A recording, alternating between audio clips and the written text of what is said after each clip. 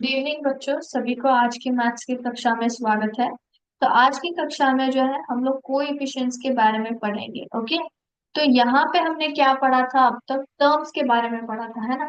Terms हम लोग कैसे फॉर्म करते हैं? फैक्टर्स को मल्टीप्लाई करके एक दूसरे के साथ हम लोग टर्म फॉर्म करते हैं, यानी कि टर्म जो रहता है वो प्रोडक्ट ऑफ फैक्टर्स होता है।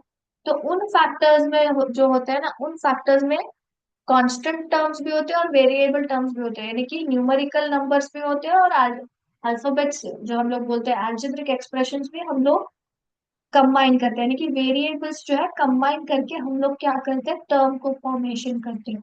और जो न्यूमेरिकल फैक्टर रहता है ना, उसको हम लोग न्यूमेरिकल कोएफिशिएंट या सिंपली हम लोग कोएफिशिएंट ऑफ द टर्म भी बोल सकते हैं। फॉर एग्जाम्पल, ये एक टर्म है 5x1। यहाँ पे कांस्टेंट टर्म कौन सा है? 5 है ना, क्योंकि इसकी वैल्यू फिक्स्ड है। और x और y क्या है? दोनों वेरिएबल्स है। तो यहाँ पे क्या हुआ है बच्चों? यहाँ पे जो है हमने कांस्टेंट को वेरिएबल के साथ मल्टीप्लाई किया है ना, मल्टीप्लाई किया है यानी कि कंबाइन किया है। कंबाइन करने से या फिर मल्टीप्लाई करने से हमें क्या फॉर्मेशन हो गया यहाँ पे? हम लोग बोल सकते हैं ये एक एक्सप्रेशन है या फिर एक टर्म भी बोल सकते हैं ना, क्योंकि ये सिंगल फॉर्मेशन में है, मोनोमियल है जो हम लोग बोलते हैं। तो यहाँ पे कोएफिशिएंट कौन सा है? जो न्यूमेरिकल वैल्यू रहता है ना, जो कांस्टेंट वैल्यू रहता है, उसको हम लोग कोएफिशिएंट बोलते हैं या फिर न्यूमेरिकल कोएफिशिएंट भी कहा जाता है। ओके। सो ये जो हम लोग बोलते हैं, तो एक्स वाई का कोएफिशिएंट क्या है? 5 है। एक्स वाई का कोएफिशिएंट क्या है बच्चों? 5 है। ठीक है। तो 5 is the coefficient of both X and Y, both X and Y. For example, अभी हम लोग 10 xyz ले तो एक्स वाई जेड का कोएफिशिएंट कौन सा है? 10 है ना, 10 है। So this is nothing but the coefficient. So coefficient का मतलब क्या है बच्चों?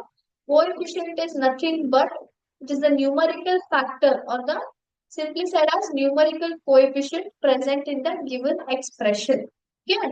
अभी हम लोग जो है और एक एग्जाम्पल यहाँ पे लूंगी मैं। सिर्फ मैं यहाँ पे एक्स वाई लूंगी। Okay, X Y. तो इसका कोएफिशिएंट क्या है बच्चों? इसका कोएफिशिएंट जो है 1 रहेगा, क्योंकि जो अलजेब्रिक एक्सप्रेशन जब हम लिखते हैं तो हम लोग 1 का उपयोग नहीं करते हैं। जब 1 लिखना रहता है वेरिएबल्स के साथ, तो सिर्फ हम वेरिएबल्स लिखते हैं, इसको हम लोग ओमिट कर देते हैं, हम लोग इसको नहीं लिखते हैं। ठीक है। तो हमेशा अगर वैल्यू नहीं है, सिर्फ अलजेब्रिक एक्सप्रेशंस दिया गया है, इसका मतलब क्या है? या इसका मतलब है it is nothing but 1xy लिखते हैं हम लोग। इसका वैल्यू क्या है? 1xy। तो इसका मतलब एक्स वाई का कोएफिशिएंट क्या है? 1।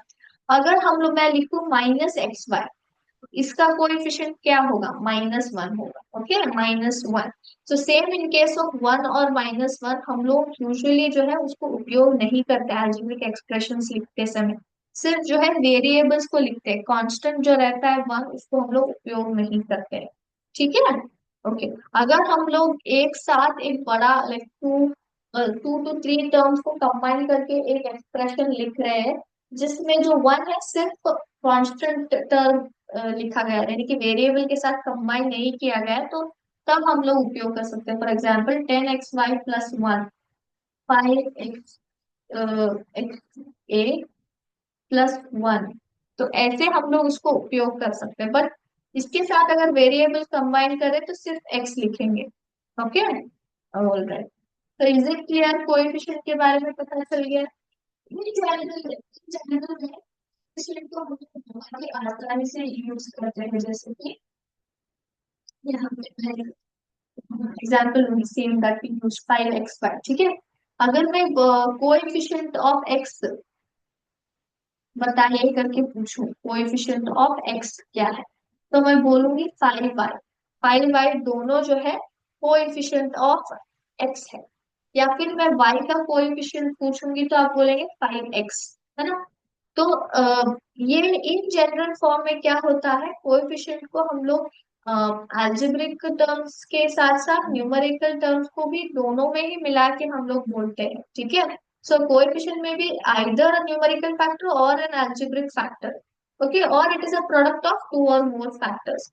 So usually it is said that coefficient is nothing but the product of remaining factors, हम लोग बोलते हैं, यानी कि जिसका भी हमने कोएफिशिएंट पूछा है ना, उसको छोड़ के बाकी के दो फैक्टर्स है ना, उसको छोड़ के बाकी के दो फैक्टर्स है, वो क्या बन जाते हैं, इसके कोएफिशिएंट बन जाते हैं। ठीक है, simple.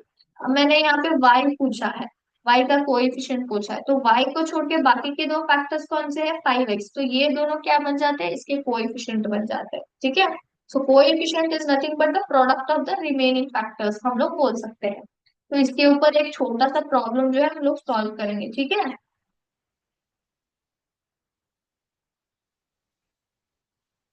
Identify in the following expression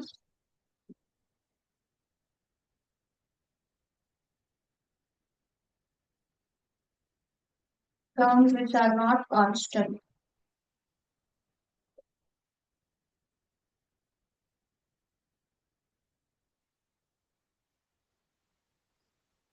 give their numerical coefficient।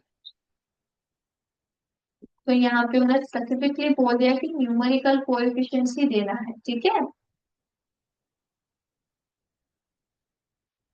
सबसे पहले जो है एक्सप्रेशन लिख लेते हैं, कौन कौन से हैं। ओके,